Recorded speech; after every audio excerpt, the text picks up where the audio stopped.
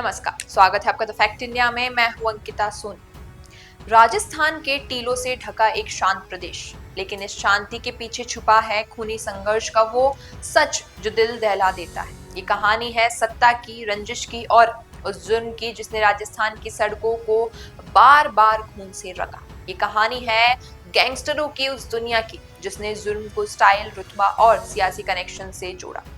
1999 में राजस्थान में पहली बार गैंग वॉर का असली चेहरा देखा, जब भैराराम मर्डर केस ने अपराध की दुनिया के दरवाजे खोल दिए। धीरे धीरे ये रंजिश पूरे प्रदेश में फैल गई। फिर एक नाम सामने आया, आनंदपाल सिंह। शेखावटी की धरती से निकला ये गैंगस्टर सिर्फ अपराधी नहीं बल्कि सोशल मीडिया स्टार भी बन गया। AK-47 के साथ पोज, महंगी गाड़ियां, फिल्मी डायलॉग, आनंदपाल ने अपराध को एक ब्रांड बना दिया। आनंदपाल के खिलाफ कई संगीन केस दर्ज थे, हत्या, फिरौदी, जमीन कब्जा, गैंगवार। पुलिस ने उस पर 10 लाख का इनाम रखा, लेकिन वो पूरे 7 साल तक पकड़ से बाहर रहा।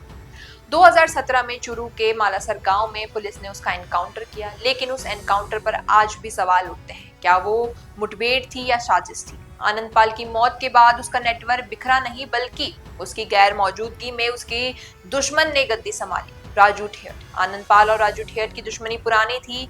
आनंदपाल के खास बलवीर बानुड़ा को राजू ने जेल में ही मरवा दिया था और जवाब में आनंदपाल ने भी जेल के अंदर जयप्रकाश और रामपाल की हत्या करवाई। 2017 में आनंदपाल के मरने के बाद राजू ठेठ ने पूरे शेखावटी पर कब्जा जमा लिया।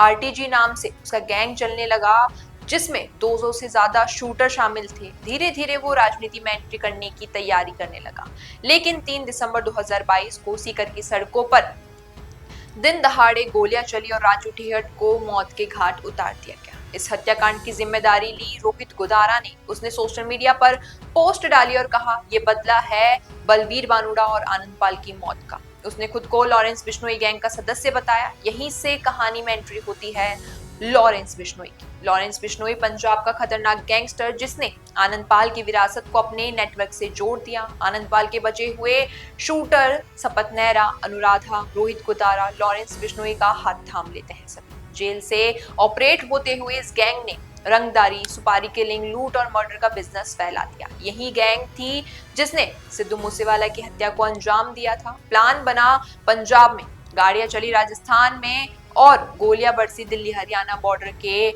शॉप शूटरों से। राजू ठेठ की हत्या के बाद राजस्थान में गैंगवार फिर भड़क उठा।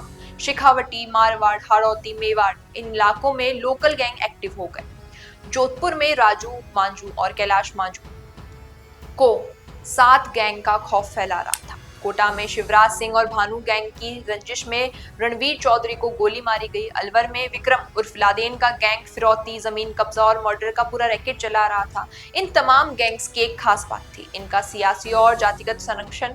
कई गैंगस्टरों के नेताओं से सीधे कनेक्शन थे।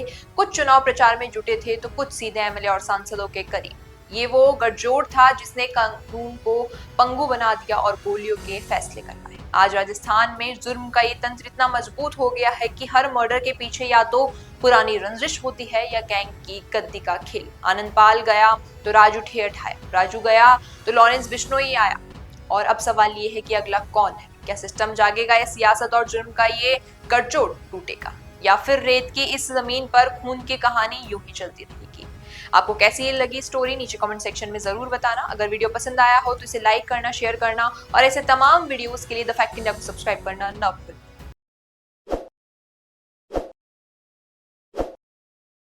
ताज़ा खबरों के लिए विजिट करें द फैक्ट इंडिया की वेबसाइट और डाउनलोड करें द फैक्ट इंडिया ऐप।